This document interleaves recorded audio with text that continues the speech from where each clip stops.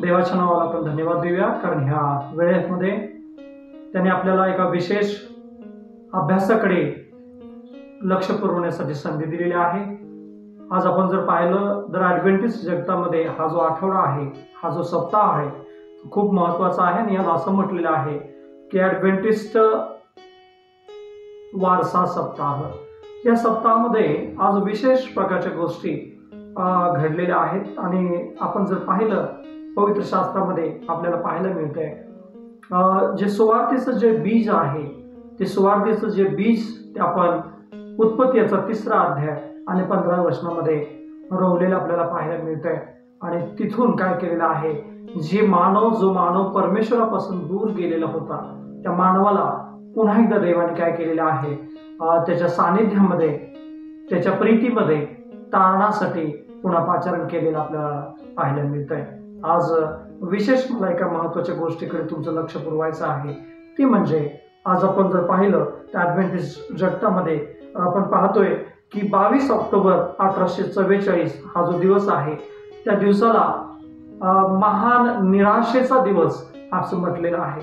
आपण जर विचार केलं, महान निराशेचा जर दिवस असं म्हटलं जातं, हे का म्हटलं जातं, किंवा जरी महान निराशा देवाच्या लोकांसमोर आलेली आहे, तरी पण परमेश्वरानं त्या महान निराशेच्या दिवसामध्ये सुद्धा एक आशेचा किरण त्याच्या शोध करणाऱ्या, त्याच्या संगतीचा आणणाऱ्या किंवा त्याचा झटून शोध करणाऱ्या लोकांसमोर आज हे सत्य जे आहे ते मांडण्याचा प्रयत्न केलेला आहे. आणि मी म्हणेन की परमेश्वराने जे शेवटच्या काळाचं जे सत्य आहे, ते निराशेमध्ये सुद्धा असताना परमेश्वराने काय केलेलं आहे, त्याने एक महान आशा दिलेली आहे. कारण का, जर आपण बघितलं तर यशाया याचा 46व्या अध्यायामध्ये जर आपण पाहिलं तर आपल्याला पाहायला मिळतंय, 10वं वचन असं म्हणतंय की परमेश्वर स्वतः म्हणतोय की मी प्रारंभीच शेवट कळवतो.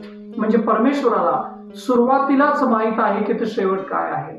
आणि आपण पाहतोय की 22 ऑक्टोबर 1844 रोजी सुद्धा परमेश्वराने काय केलेलं आहे, जरी लोकांची निराशा झाली असली, जरी लोक निराश झाले असले, तरी सुद्धा त्या निराशेतून परमेश्वराने काय केलेलं आहे की त्याच्या लोकांना एक आशेचा किरण दिलेला आहे. आणि शेवटच्या काळाचं जे सत्य आहे ते परमेश्वराने काय केलेलं आहे, त्या लोकांच्या द्वारे जगासमोर मांडण्यासाठी त्यांना काय केलेलं आहे, त्या गोष्टीमध्ये मदत केलेली आहे. आणि बरेचशा त्या चळवळीमध्ये, बरेचशा त्या ॲडव्हेंटिस्ट वारसामध्ये बरेचशा लोकांनी सहभाग घेतलेला होता. मात्र आज आपण एका महत्वाच्या मनुष्याकडे किंवा महत्वाच्या सेवकाकडे किंवा महत्वाच्या सेवकाविषयी आज शिकणार आहोत. आणि तो म्हणजे त्याचं नाव आहे मार्टिन लुथर. मार्टिन लुथरचा परमेश्वरानं किती चांगल्या प्रकारे उपयोग करून घेतला हे आपल्याला पाहायला मिळतंय. कारण ज्यावेळेस मार्टिन लुथर या चळवळीमध्ये आलेला आहे किंवा देवामध्ये तो वाढलेला आहे, किंवा मार्टिन लुथरला ज्यावेळेस जे सत्य समजलेलं आहे, तो जो काळ होता तो खूप भयंकर असा काळ होता. मी म्हणेन की तो खूप वाईट असा काळ होता. कारण त्या काळामध्ये आपण पाहायला मिळते आपल्याला की रोमन जे सत्ता आहे, रोमन कॅथलिक मंडळी जी आहे, ते तिचं वर्चस्व जास्त या जगावरती होतं आणि ख्रिस्ती साम्राज्यामध्ये होतं. आणि आपल्याला पाहायला मिळतंय रोमन चर्च जे आहे ते लोकांना काय करत होते, त्यांच्या कब्जामध्ये ठेवण्याचा प्रयत्न करत होते. मात्र देवाने काय केलेलं आहे, एका विशेष त्याच्या सेवकाची, एका विशेष सुधारकाची निवड केलेली आहे. आणि तो सुधारक म्हणजे कोण आहे, तर तो मार्टिन लुथर आहे. आता मार्टिन लुथरकडे किंवा मार्टिन लुथर विषयी बोलत असताना आज महत्वाच्या काय गोष्टी मार्टिन लुथर मधून देवाने पाहिलेल्या आहेत. आणि म्हणून मला हे तुम्हाला सांगायचं किंवा माझा हा विश्वास आहे, मार्टिन लुथरची परमेश्वराने निवड केलेली आहे. मग त्याच्याविषयी असं म्हटलेलं आहे, पोप सत्तेच्या अंधकारातून अधिक शुद्ध धर्म श्रद्धेच्या प्रकाशात ख्रिस्ती चर्चला नेणाऱ्या मुख्य धर्मसुधारकामध्ये सर्वात महत्वाचा जो धर्मसुधारक आहे तो जो आहे तो मार्टिन लुथर आहे.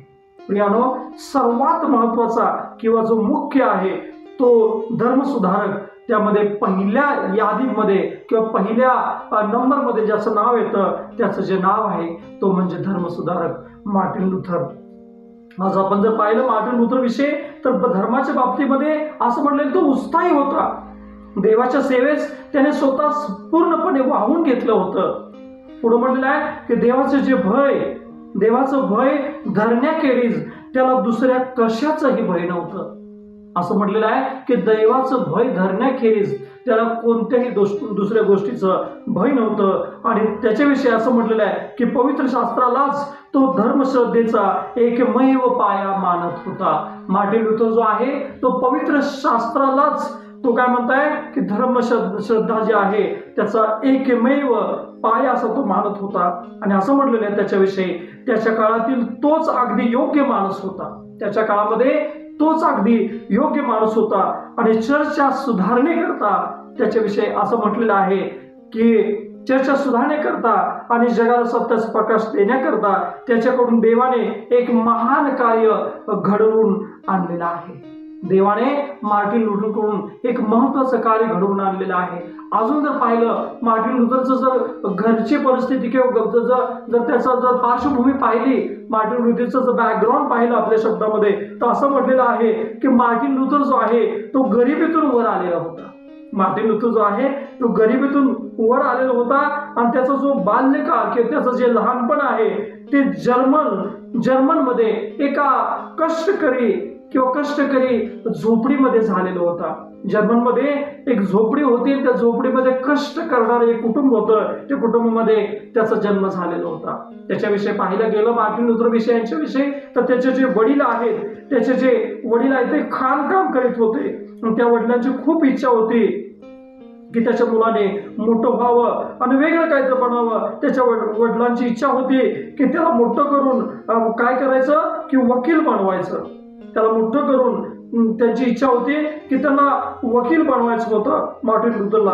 मात्र आज देवाची योजना जी आहे ती वेगळी होती. आणि असं म्हटलेलं आहे की मार्टिन लुथर जो आहे त्या काळामध्ये आपल्याला पाहायला मिळतंय की देवाचा एक मुख्य कार्यकर्ता बनलेला आहे. देवाचा जो सेवक आहे तो बनलेला आहे. आणि विशेष म्हणजे या सर्व गोष्टी करत असताना मार्टिन लुथर विषयी जर पाहिलं तर त्यांनी खूप काबाड कष्ट केलेले आहे, उपास तापास केलेले आहेत आणि स्वतःला कठोर शिस्त लावून घेतलेले आहे. आणि मग आपल्याला पाहायला मिळतंय की देवाने काय केलेलं आहे त्याचा वापर करून घेतलेला आहे.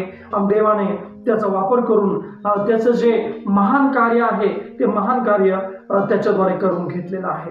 आणि म्हणून आज प्रियानो आज आपण विचार करूया की देव किती महान आहे. देव किती त्याचे जे विचार आहेत ते किती महान आहेत तुमच्या माझ्यापेक्षा.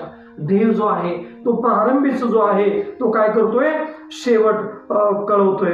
कारण का जर आपण पाहिलं मार्टिन लुथरच्या पप्पांची किंवा वडिलांची वेगळीच इच्छा होती, मात्र देवाची योजना जी आहे ती वेगळी होती. आणि म्हणून आपण काय केलं पाहिजे की ह्या गोष्टीचा विचार केला पाहिजे. आज शेवटच्या काळामध्ये तुम्ही आणि मी सुद्धा राहत आहोत. शेवटच्या काळामध्ये जसं मार्टिन लुथरचा देवाने वापर शेवटच्या काळाकरता किंवा शेवटच्या काळातील लोकांकरता केलेला आहे तसं आज तुम्हाला मला वाटतं का की तुमचा माझा सुद्धा वापर देवाने केला पाहिजे. आज पुढील व्हिडिओजमध्ये आपण भरपूर काही गोष्टी शिकणार आहोत. मात्र आज मला तुम्हाला एका महत्त्वाच्या गोष्टीकडे तुमचं लक्ष केंद्रित करायचं होतं. तो म्हणजे जो आपला पहिला धर्मसुधारक आहे तो म्हणजे मार्टिन लुथर. मार्टिन लुथरच्या जीवनामध्ये किंवा मार्टिन लुथरचं जे जीवन होतं ते कशा पद्धतीचं होतं आणि कशा पद्धतीने त्याचा वापर देवाने करून घेतलेला आहे ह्याचं